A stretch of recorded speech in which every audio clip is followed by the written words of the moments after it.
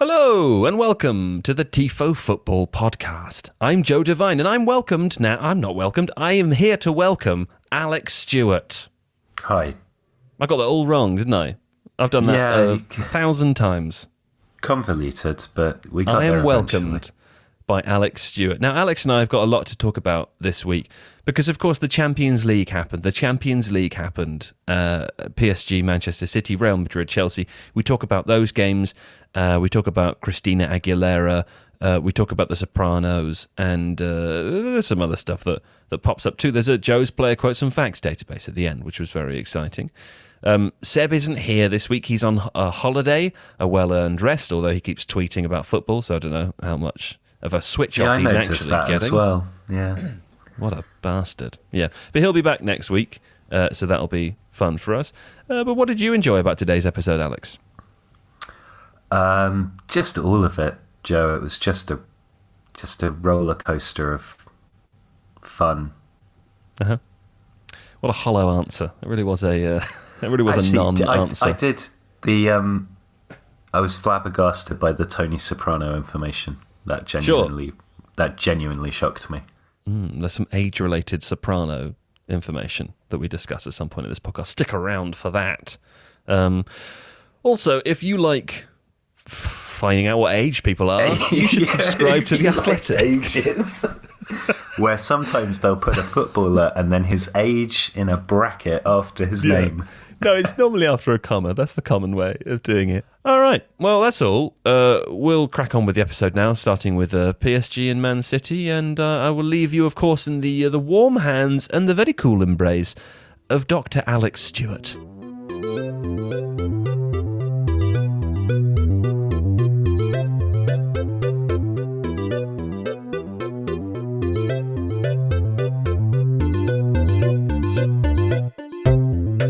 Okay, beginning with PSG 1 to Manchester City. It was a game of two halves, Alex. There were two halves in this game. Half one, PSG were excellent. Neymar, tantalising. He deserved that lovely goal.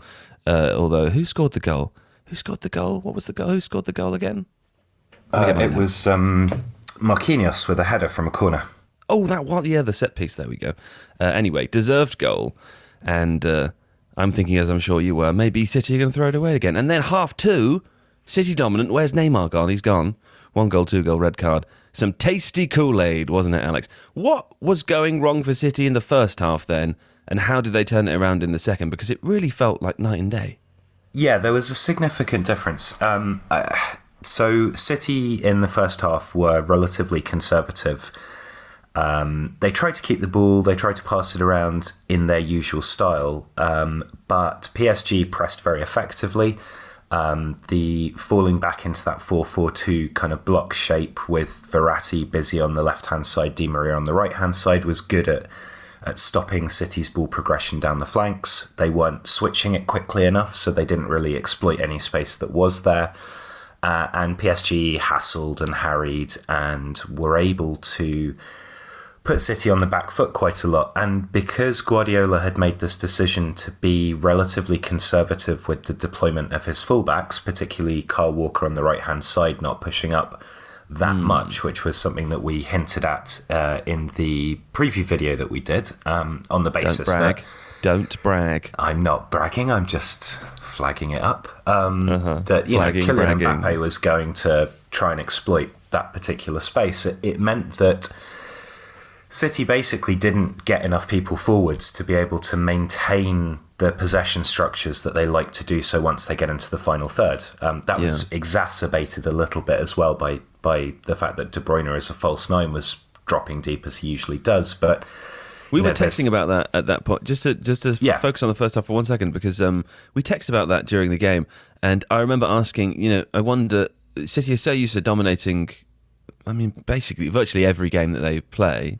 The fullbacks are so integral to it, and their forward movement is integral to it. Without that, it felt a little bit like City's forwards, who are obviously exceptional players, didn't really know, not that they didn't know what to do, but just that they weren't used to playing like that.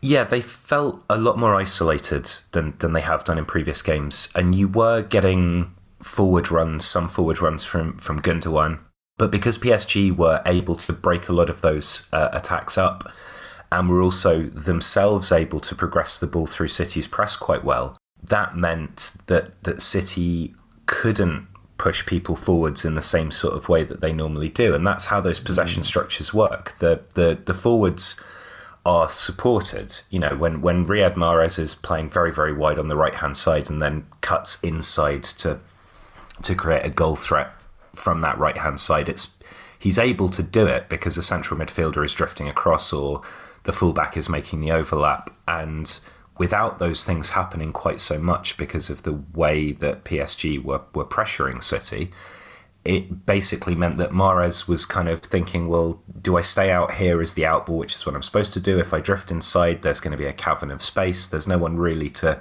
support me or give the ball to in quite the same way. And it made everything slightly disjointed. And I think the weird thing about the first half is that City still had more possession. They still had more passes, but there was a bit of a disconnect between the front and the back, and that meant that they weren't able to be as fluid once they had the ball. It was kind of a little bit slower, a little bit more ponderous, and that's why you weren't getting the kind of penetration that you normally do. It's also the first half, the way that City played robbed us of what I thought would be the most exciting part of the game. And actually, Jermaine Genius mentioned this in the commentary on BT too, because in the second half we saw, I think, one glimpse of a foot race between Kyle Walker and Kylian Mbappe. And before the game, I thought that would be something exciting to see. You wouldn't normally see a player, a defender, who might be able to keep pace with him. And because of the way that they played in the first half, we didn't really see that at all. That changed obviously as the second half progressed, and I'm left thinking, okay, if the change was that City's fullbacks were allowed to be more attacking and to push a bit further up the pitch, and City completely dominated the second half, was the approach in the first half just over cautiousness? Because clearly when they played the way that they would ordinarily play, they dominated the game. Yeah, I think it probably was not necessarily over cautiousness, because they only had a 1-goal deficit at half time. I think it's understandable when PSG have the kind of threat that they do, particularly from Neymar and Mbappe, but also with Di Maria being a tricky customer who sometimes gets left out of that conversation, and people talk about a front two rather than a front three. But Di Maria was there were instances where Mbappe was actually drifting out to the right hand side and Di Maria was playing centrally, and there was a lot of movement and rotation going on there. You have to contain that. You have to work your way into a game. I also thought that as the match progressed, Rodri became more influential. He wasn't dealing particularly well with PSG's pressing in the first half. There was one instance, I think, where he gave the ball away that led to a very good chance. But as he was able to assert himself a little bit more as PSG's press fell off, I think that gave City more control and the ability to push forwards a bit more as well. Zinchenko is slightly quicker than Cancelo, so when that change was made, I think again that allowed City to push up. So yeah, it's hard to know, isn't it? I mean, ultimately they get the result they want to get, so you can make an argument that the conservative first half made sense because they were feeling their way into the game, and then they made the changes that were required and dominated it.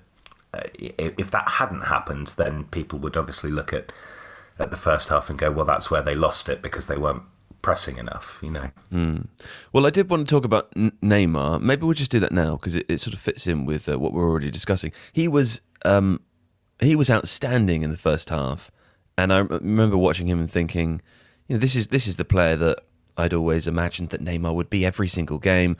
I haven't watched him for a while. I wonder if this is what he does week in, week out. In the second half, I think as a result of the way that City changed the way that they were playing, he completely disappeared from the game. I to the point where at times I wondered if he'd been subbed because I didn't spot him on the pitch. It was, I think it's a really extreme example of the game of two halves cliche. But I guess my question then is, one of the reasons that PSG played well in the first half, I think, is because Manchester City didn't play in their ordinary way. As I said, they kept their fullbacks fairly back, fairly narrow, and they essentially they couldn't hold on to the ball in the same way. As you described, there was that disjointing between attack and defence, something that City players wouldn't be ordinarily used to. Progressing the ball from defence to attack was difficult for them, and therefore the possession game that they like to play was a little bit different. We know that one of the reasons it's so hard to score against them is because they always have the ball, and because of the way that they played in the first half, that just wasn't true. Which is where I think Neymar shone, and particularly in the middle area of the pitch, those very simple passing interchanges that he was making with Mbappe and Di Maria. He was just outstanding. He was by a million miles the best player on the pitch in the first half. So I guess my question is, the reason I say overcautiousness or potentially overcautiousness is because, as I see it, when City started to play the way that they normally would, Neymar completely disappeared from the game, and presumably that was because the PSG just didn't have the ball. Yeah. Yeah, and it's one of those kind of Guardiola maxims that, if you've got the ball, the opposition can't attack. Possession is a form of defence as well as being the way that you create attacks. And I think that it wasn't just that City had the ball, it was also the way that PSG were winning the ball back in the first half. Right. Through that midfield pressing, through creating that kind of narrow band of four in the middle that would then spring forwards. And, Verratti was able to kind of roam around and link play. Paredes is very good at playing the ball from deep. So when PSG won the ball in the first half, there was usually quite a bit of space for Neymar to start to be able to move into. Mbappe is doing likewise, Di Maria is doing likewise, and all of a sudden City are facing three extremely quick, talented attackers who keep swapping positions in a way that's really quite irritating if you're a defender. Yeah. And PSG were able to create those transitions, which is exactly the circumstance in which Neymar thrives. He wants to have the ball at his feet with defenders having to make decisions, with space to run into, and with players moving around him. So it wasn't just that in the second half City had the ball a lot more. It was also that the PSG were not winning the ball back in the same way to then create those opportunities to transition.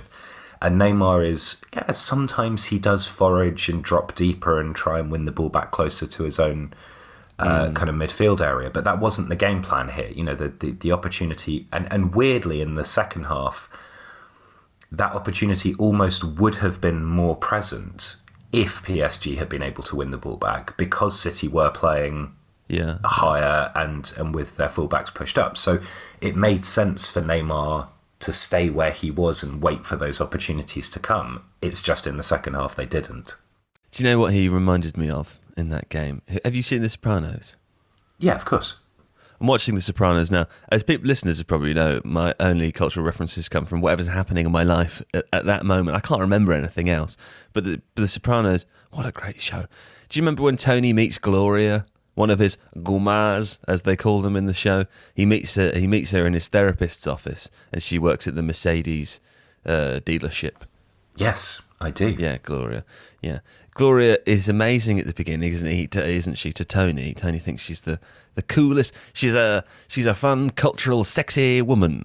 Yeah, and that's great for Tony. And then in the second half, Neymar throws a stake at his head, and it all goes to shit. Wants Tony to kill him, and that's what I was left with visions of Neymar as Gloria from The Sopranos. Yeah.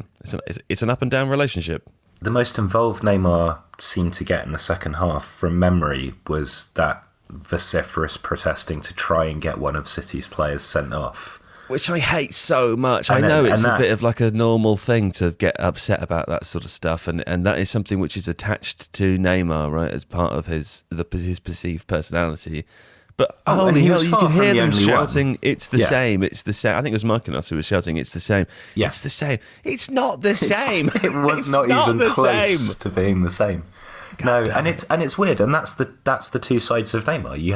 You have an extraordinarily talented footballer who, like you say, was the best player on the pitch, of a pitch full of really, really good players in the first half. Yeah.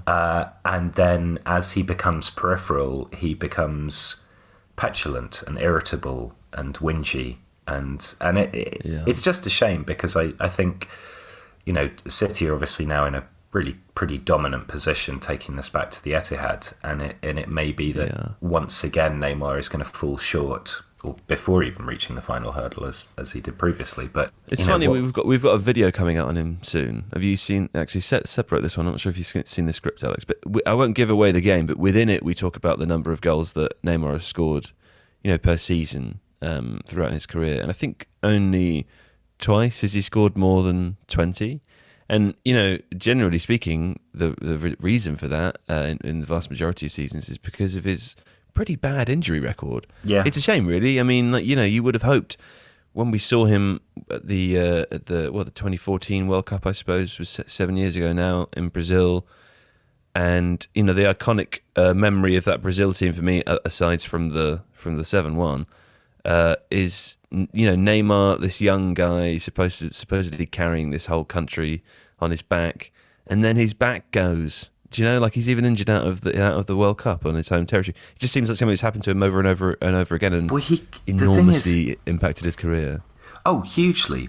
But he gets fouled so much, because of the way he plays.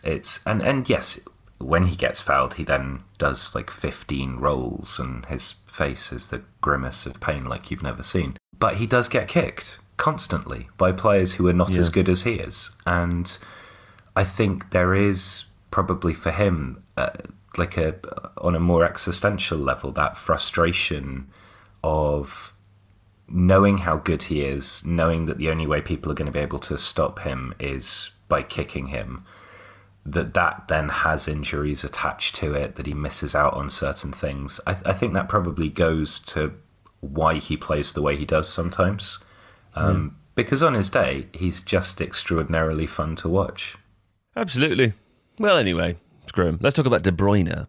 Fairly quiet in the first half, but he also, a bit like you were talking about with Rodri, started to impose himself more and more as the game went on. Is he the best player left in the tournament, do you think? I think he's the best all-round player left in the tournament, because I think what De Bruyne does is he's the complete midfielder. There's nothing he can't do. And that involves even the defensive work rate, the tackling. He's surprisingly physical, something that we've talked about before. Sam Lee had his sort of on the whistle piece, which I read this morning. Of The Athletic. And it was talking about how De Bruyne's cheeks were still red when he was being interviewed. And in a funny sort of way, like, if it were any other footballer, I'd have just sort of passed over that comment. But with De Bruyne, it kind of conjures up this image of, there's something almost like very young about him still, that he's fresh-faced and kind of huffs and puffs. It's the skin tone, I would say, with the hair colour, probably. I think it probably is. But so he's got that dynamism to his game. I've got a young face. Right. I got told by a woman in a petrol station when I was buying cigarettes wearing a mask that I had young eyes. Did she ID you?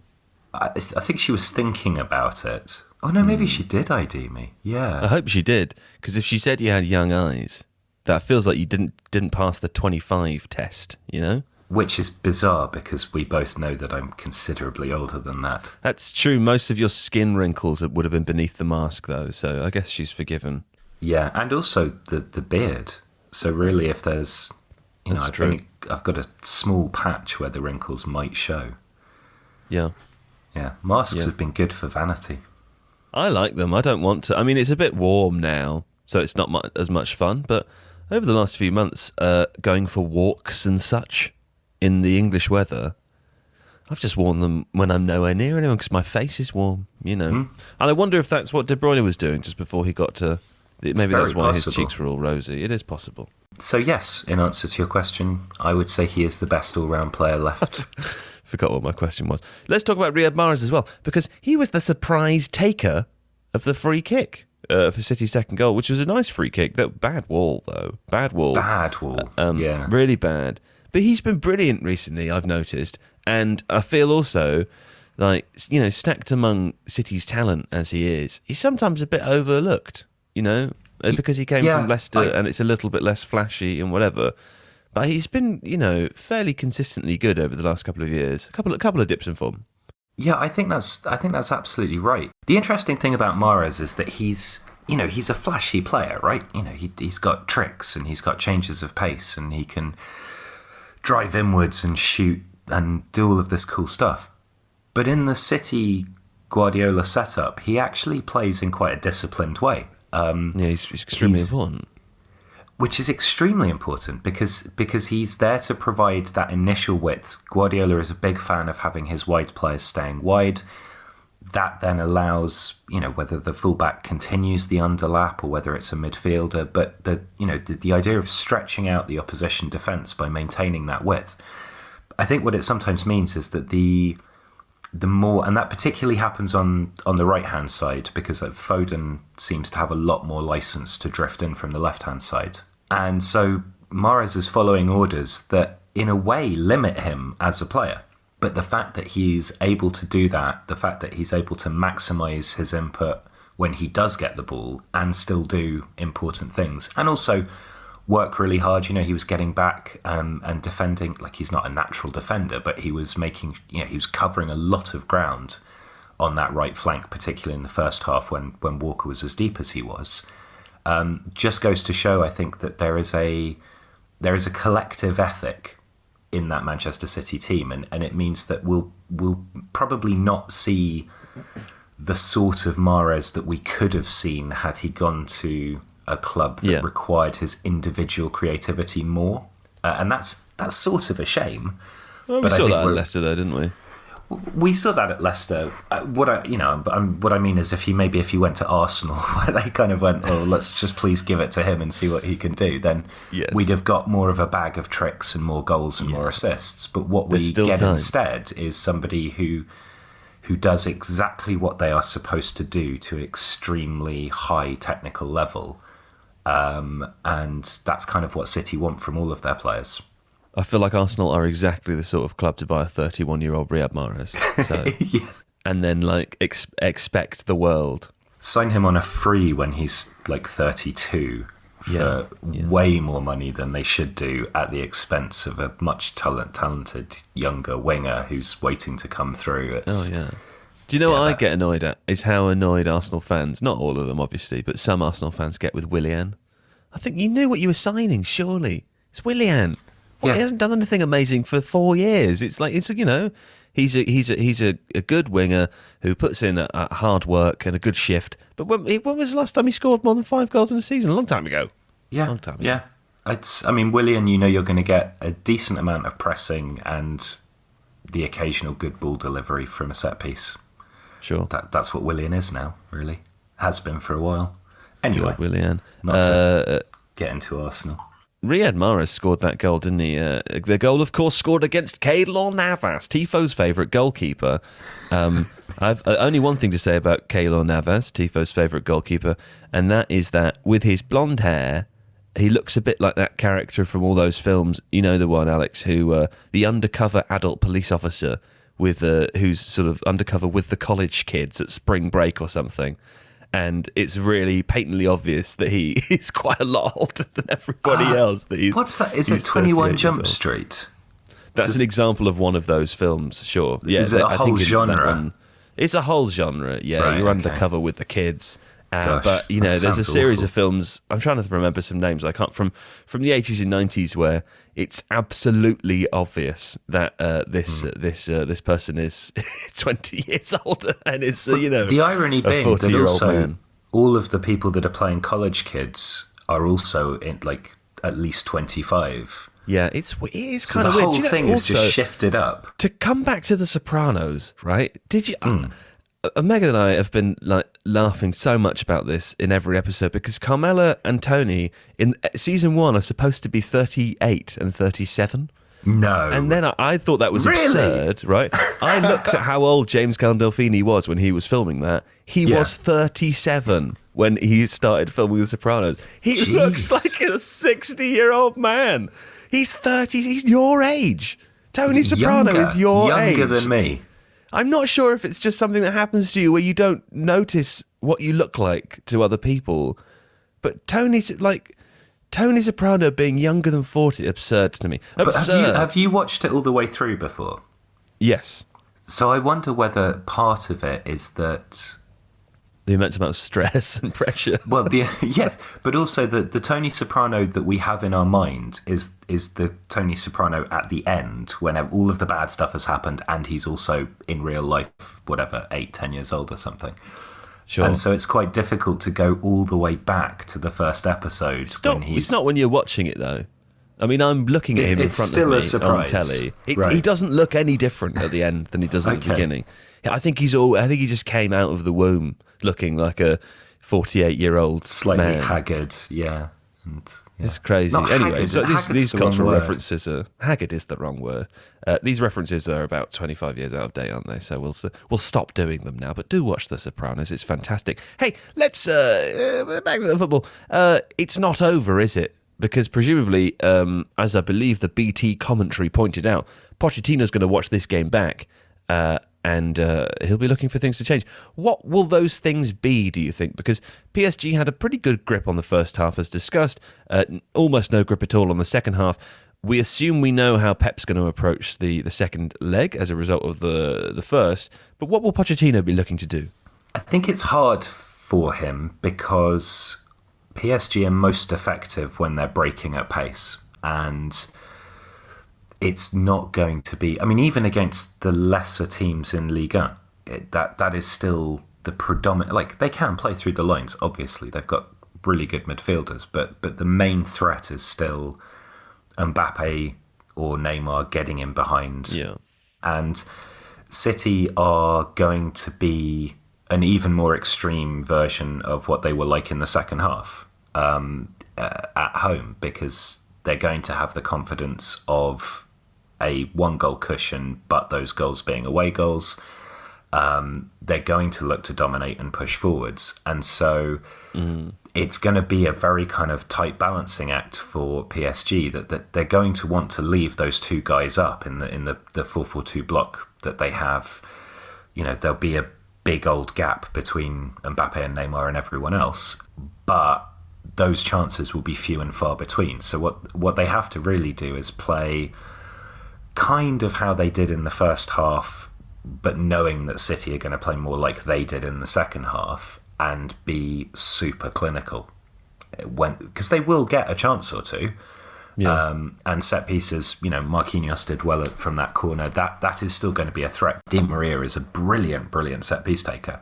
Yeah, there's a couple of other exceptional corners, weren't there? Yeah, and he's got... I mean, he's as good as De Bruyne with the ball in actual play. You know, De Bruyne gets that kind of whip and dip and curl on the ball, and Di Maria can do the same thing from a set piece. So they will have the opportunity. I don't think it's not going to be one of those games where Pochettino goes and sits down and watches it and thinks, shit, if we'd done X, Y, and Z, we would have won this. Yeah. There's not going to be a clear answer. It's going to be doing a lot of the things that they were already always going to do, but just doing them a little bit better. Which is a kind of boring answer, I'm sorry. But No, I think, you know, it's probably a good answer. It was a bit boring, though, wasn't it? Yeah, well, you're here to bring the fun. Oh, sorry, okay. Final question on this game. Having seen both first legs, Alex, I'm trying to bring some fun, do we still think that the winner of this tie is likely to be the winner of the competition? Not both legs, sorry, both first legs. Sure, yes. I got that.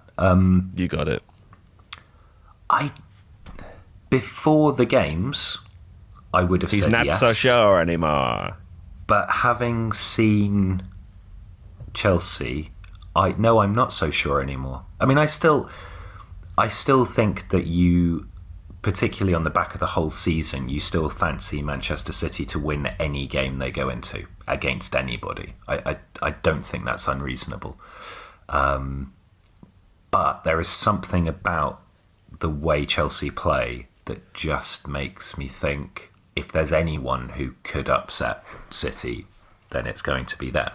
I think that's the most likely final at this point.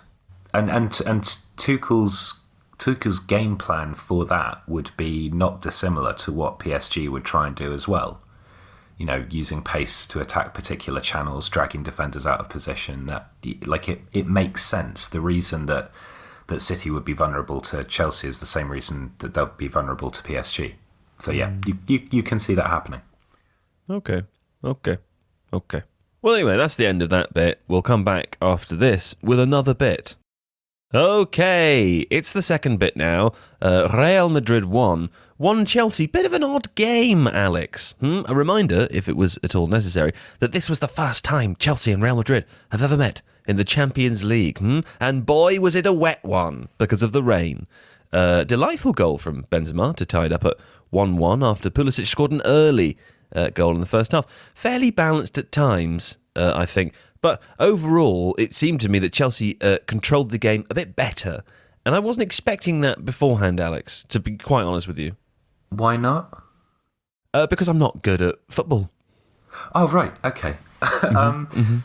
Yeah, I suppose, yes. I mean, obviously, Real are at home. They've got lots of good players. They've got strong midfielders who keep the ball well and pass it around. But this sort of weird system that Zidane employed, which I guess on paper was probably a 3-5-2. I mean, I think Benzema and Vinicius were sort of like a striking pair, but Vinicius was almost exclusively drifting out to the left-hand side.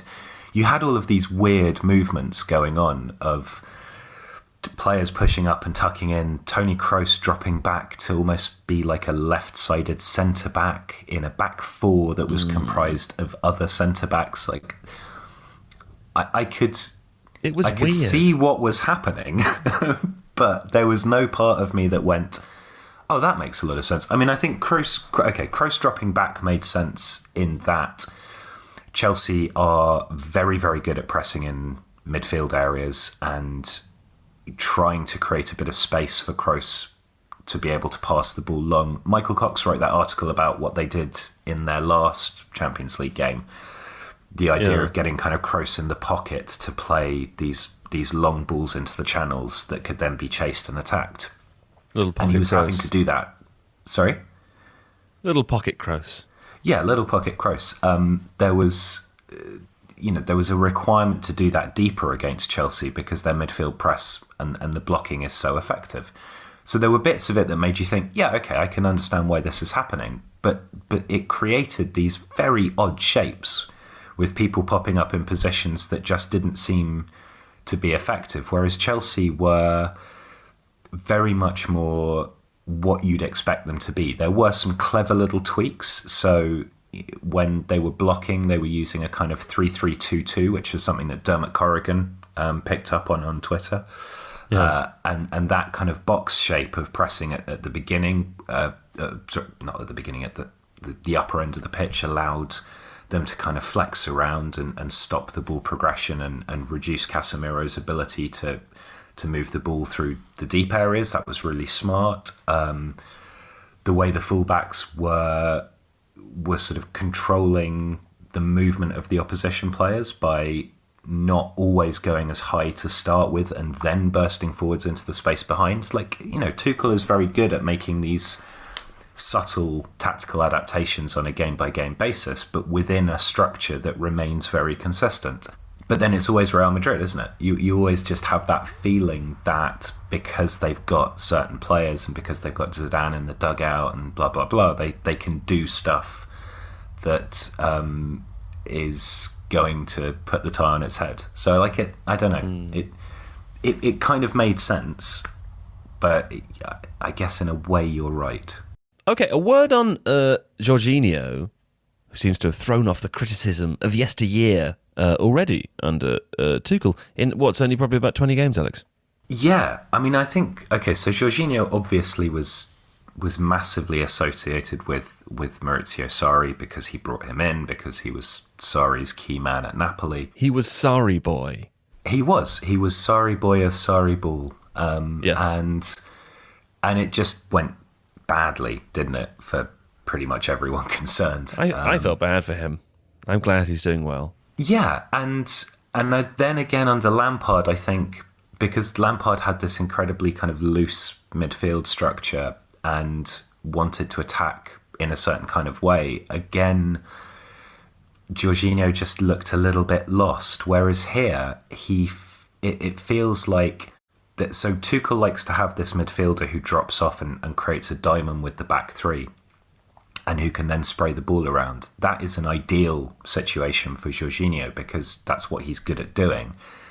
He also then dovetails really well with whoever his midfield partner is, whether it's Kante or Kovacic, to create that kind of quite narrow little screening band that moves backwards and forwards, protects the back three.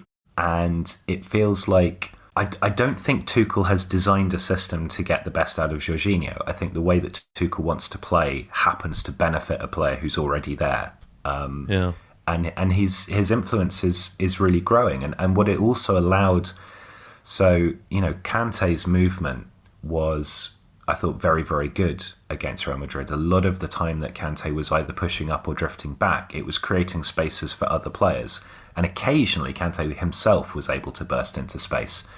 Yeah. And because Jorginho is sitting in front of that back three, and as a unit they can move forwards, they can control the tempo, that means that whoever is playing alongside him in midfield has more latitude to move around and create space for other people and push into space themselves. So I think Kante was a beneficiary of that against Real Madrid. Kovacic has been a beneficiary of it otherwise. But Jorginho is really making a lot of what Chelsea do tick. And it's quite funny, isn't it, really? Cause, it's great.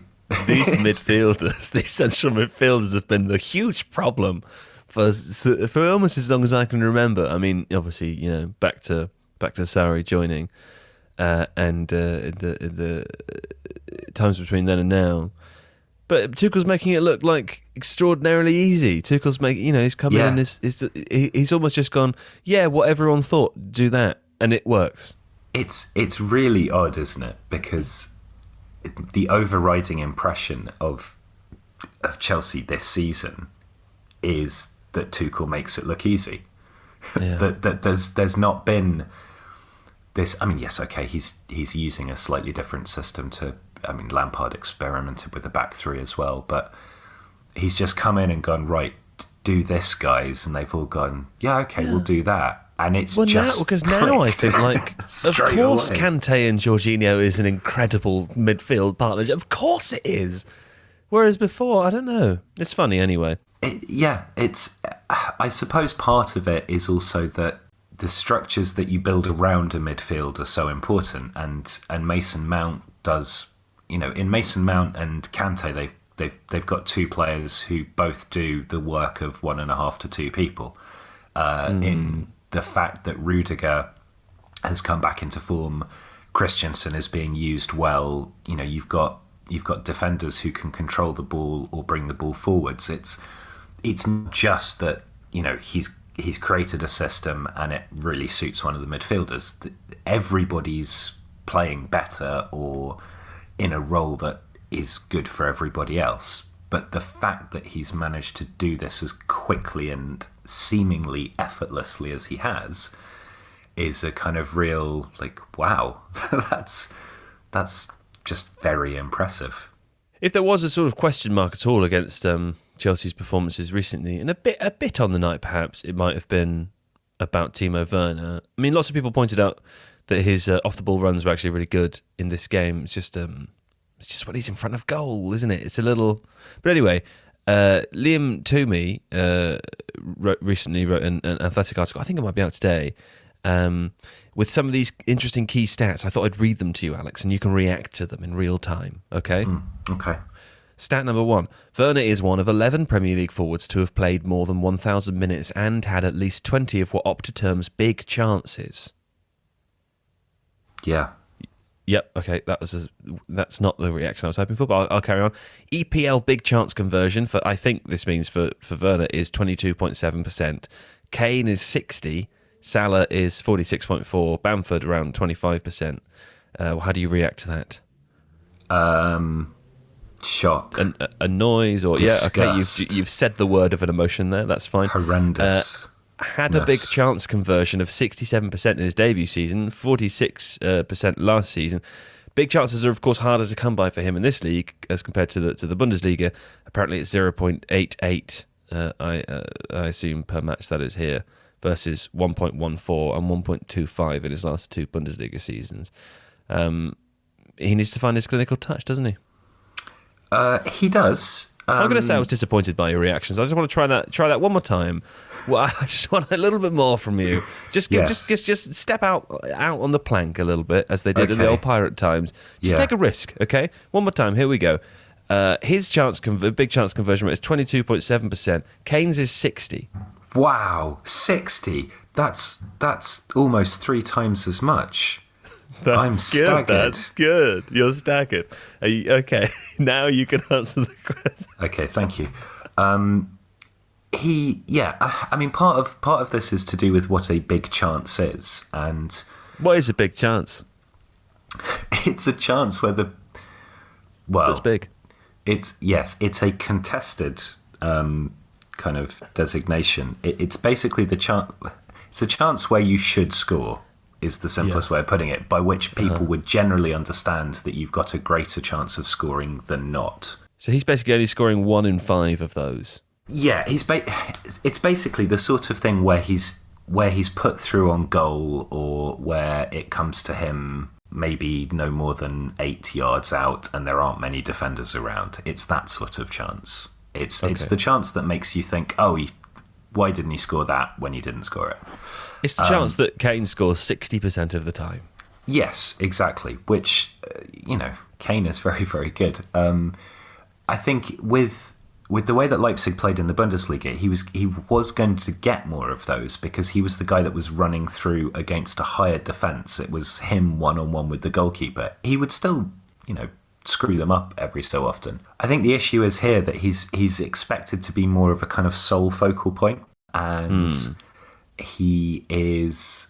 Yes, his runs are good when Chelsea are attacking at pace. What I don't see him doing, that I'd like to see him do a bit more, is his movement when Chelsea are building more slowly and have got control of the ball around the final third. Yeah. He seems to be a little bit static sometimes. He seems to, Chelsea needs to be going full throttle for his movement to make sense. And it's really difficult because, you've got in Tammy Abraham a very, very good young striker on the bench, but a striker of a completely different profile. Who they're entirely committed to selling by the sounds of it. Which does and doesn't make sense to me. I mean, it doesn't make sense because Tammy Abraham is a naturally good player, and you would think, I'd quite like to hold on to that. But at the same time, he's so different from the type of striker that looks to be what is appropriate for Tuchel's system, that it kind of I don't know. Well, it's kind of the Lukaku Man United thing a bit, isn't it? Like, Lukaku is clearly the best striker that United had. He just didn't fit in the system that they wanted to play. Yeah, and he goes somewhere else where the system is more suitable for him, and he absolutely kills it. So, a separate question though. Like the reports or the rumours suggest that Tammy Abraham is available for sale, for purchase, I should say, for £40 million. That's where the club would start listening to offers. Who's going to buy him for £40 million though? I don't think anyone's going to buy him for £40 million, sadly. Partly because I don't think that many clubs have got £40 million. Would someone buy him for £30 million? Yeah, I think that's more likely. I think there's a sort of 30 million is kind of like your superstar buy if you're a small club who doesn't have. Yeah, that's what I mean. Though. He's still a bit unproven. Is he a superstar for a club of bottom half of the league? I don't think he's unproven. I still think that a sensible sort of thing is to loan him to somewhere like Dortmund for a season if Haaland goes, and see what he can do in a slightly different. See his price rocket. Well, I think you'd see his price go up for sure, but I think you'd also get used to him. He's not going to be able to play as Chelsea's central striker unless Chelsea commit to him and teach him how to play in that sort of system, because he's not just like a kind of slow, lanky target man kind of player. No. Like he can adapt, but he's not going to adapt. The boy has skills. A good run of games in that position. So getting him to play somewhere that will start him regularly in a system that is a kind of an adaptation towards what would be expected of him at Chelsea, I think is a much better idea than just going in this depressed market this summer. Oh yeah, let's just ship him out and see if we can. You're not going to get 40 million for him. You'll end up selling him for 25, and people will then look back at the fact that he then goes and scores 15 or 20 goals for whoever he plays for and go, Chelsea were robbed. Well, perhaps. Moving on. But wow, Harry Kane's chance conversion rate. Oh, there we go. I like that. Chelsea also apparently... Well, actually, I only checked this for a bit way through the second half, but Chelsea also ran about 5% more than Real Madrid, apparently. Young legs, etc. I was going to ask you about it, but also, Manny, I just wanted to say this because it made me think of that Christina Aguilera song. Do you know the one I mean? No. Sing it. You know the one that goes, makes me that much stronger. Yeah, absolutely. Yes. Thanks for making me a fighter. And then I is it Redman? I just started reading the lyrics to this song. Is he in it? The videos the video. There's a rap element to it, isn't it? And the video's in a boxing ring. I'm pretty sure. Don't remember. True. I actually got confused at the beginning, and I Google searched Survivor by that's Destiny's Child. Destiny's Child, because I thought it was the same song. No, it's not the same song. It's just two songs about being a survivor. Anyway, I read the lyrics to this song. I like to read the lyrics to pop songs. Sometimes it's extremely funny, and in this case, it was kind of funny. And I thought I'd read this verse to you, Alex, because it's extremely aggressive. Right. Okay. I hadn't realised listening that this song is really an aggressive song, but you have to read it in an aggressive way. So I'm going to do that. Excuse me. Here we go. Never saw it coming. That's the first line, yeah? All of your backstabbing, just so you could cash in on a good thing. Before I realised your game, I heard you're going round playing the victim now, But don't even begin to feel I'm the one to blame, because you've dug your own grave. Oh. That's from Christina Aguilera's song. That took an unexpected twist at the end, didn't it? Yeah, you've dug your own grave. Just all of your backstabbing. Yeah, there's... I didn't know Christina was capable of that kind of aggression. Don't think she wrote it, but go and read the lyrics. Basically, to any pop song, it's always fun. It's always fun, but that one particularly, because it's I know it's a powerful song, isn't it? It's an emotional song, and presumably it's about a breakup or something. I don't know, some kind of pain. But I had no idea. The message that was going into my brain as a child was one of such violence. Yeah, it explains a lot, though. Can Real Madrid turn it around? I'm going to say no. All right, then. Well, that was the end of this bit, and we'll be back after this to do Joe's Player Quotes and Facts database. It's Joe's Quotes and Facts database. Aha! It's Joe's Player Quotes and Facts database. Yes, we've had a brief sojourn, haven't we? But we're back now. And I remembered why we had a break, because last night at 10:30 p.m, when it took me an extra 45 minutes to find these nothing things, it all came flooding back as to why I really, really don't want to keep doing this. But I have done. And I've picked two Chelsea players for obvious reasons. Today, we've got Timo Werner and Kai Havertz. Timo Werner and Kai Havertz. Which one would you like to start with, Alex? I'll start with Kai Havertz, please. Let's do Kai Havertz first, okay. The less funny of the two. Kai Havertz is a forward, And I did him second, and you can really see that I wanted to go to bed, okay? His father was a police officer, and his mother was a lawyer, yeah? The perfect family for a life of crime. Also, his brother is called Jan, and his sister is called Leah, and doesn't his parents pick cool names? Don't they sound cool? Jan, Leah, and Kai Havertz. That sounds like a cool family, doesn't it? Yeah, I wonder if they came in alphabetical order. Maybe they did. He's the youngest, so they didn't. No. Oh, well. I didn't need to wonder, did I? Here's the quote from Kai Havertz. I believe he told this to Bundesliga.com. Bundesliga.com. He said, at 14 or 15, I was still one of the smallest players in the team, which is hard to imagine, isn't it? And then he didn't say that bit. And then he said, then I went through a pretty dramatic growth spurt. I had to get used to my legs being longer. It affects the whole way you play football. Apparently, he grew really quick because he's extremely tall now. And I have thought before he's unusually tall for a playmaker or a player of his sort of ability.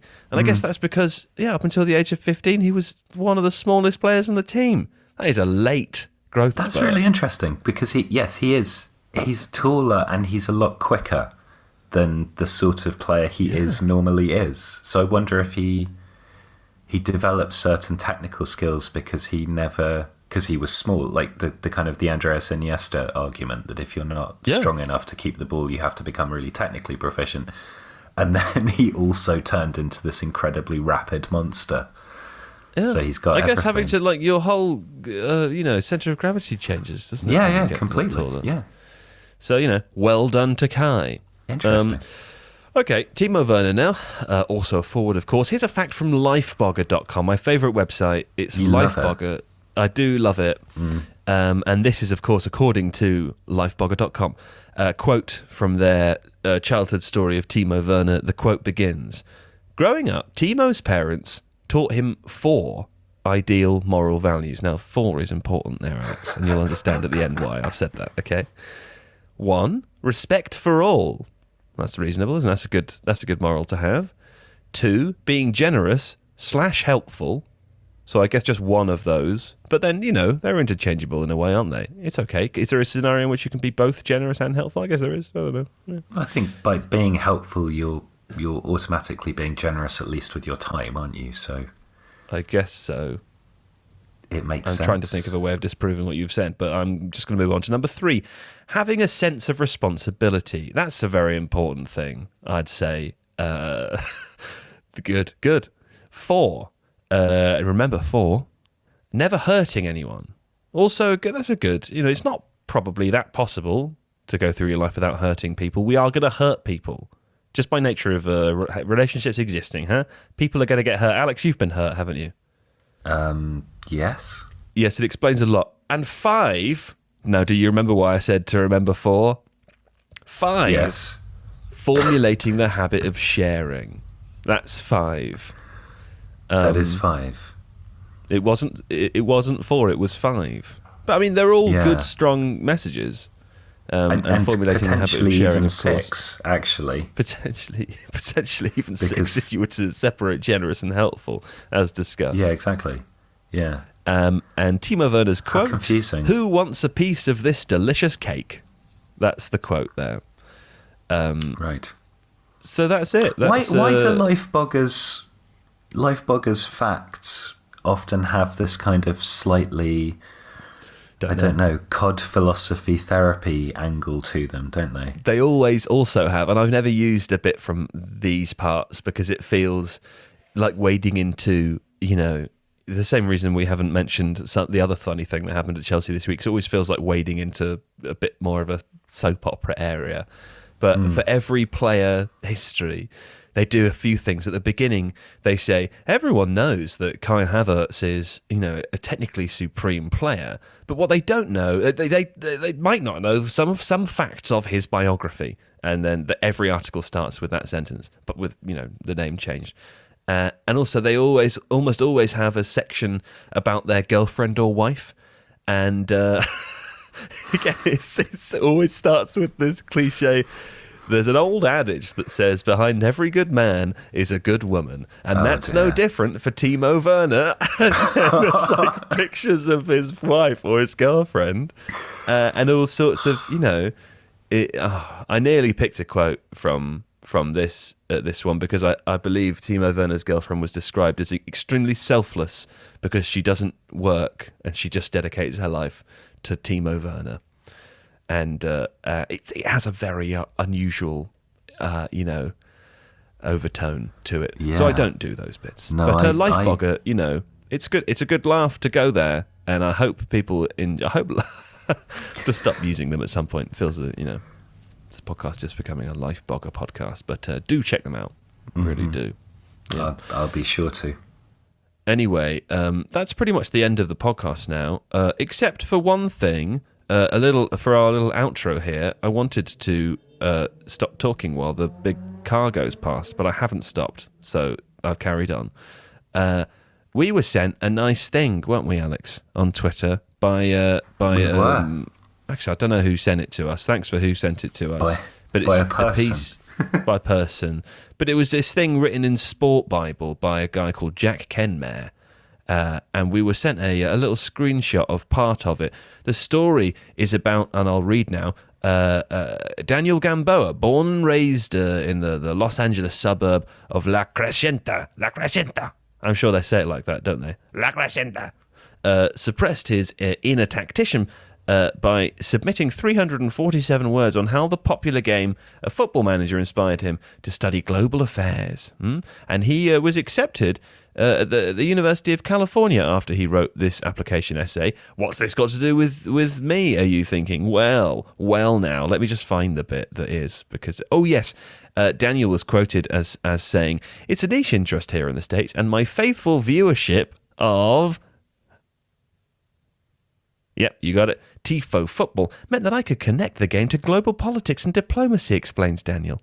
And he was accepted at the University of California, Alex. Isn't that nice? It's lovely. Congratulations, Daniel Gamboa. And it's also got me thinking, not many people get articles written about them, do they? So if this is a one, how many people do you think that's happened to? This very specific set of circumstances, because normally it's like 1,000 people, isn't it? If there's one, if one person has been written about.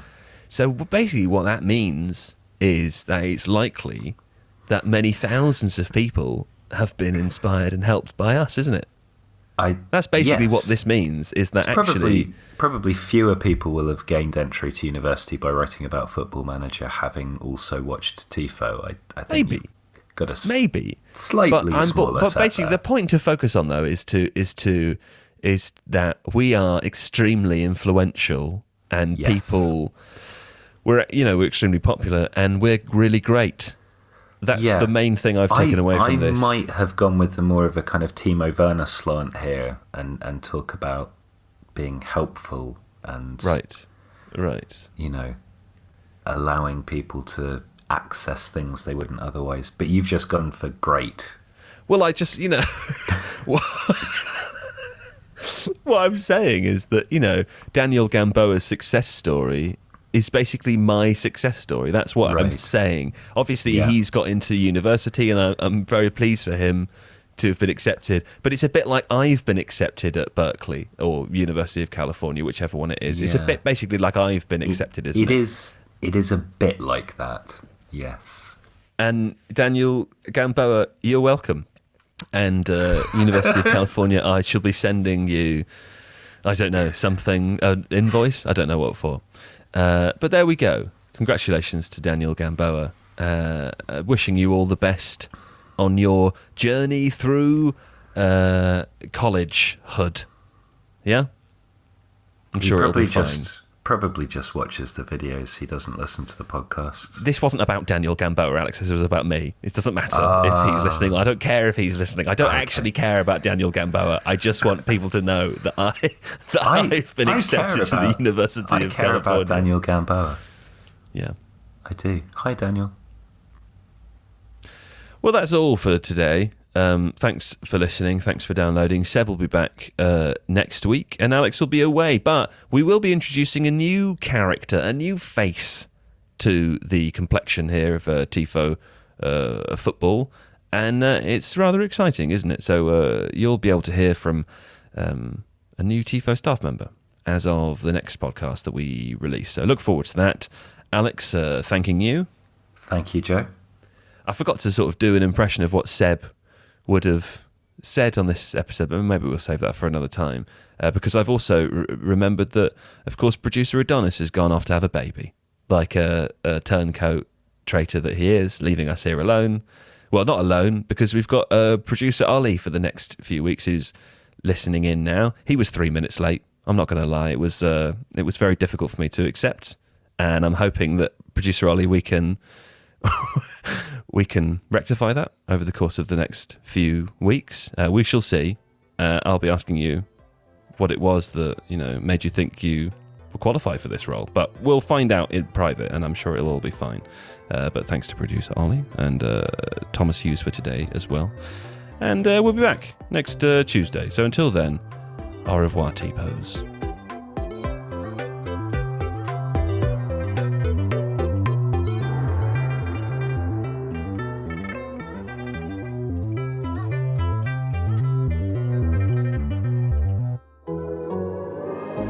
The Athletic.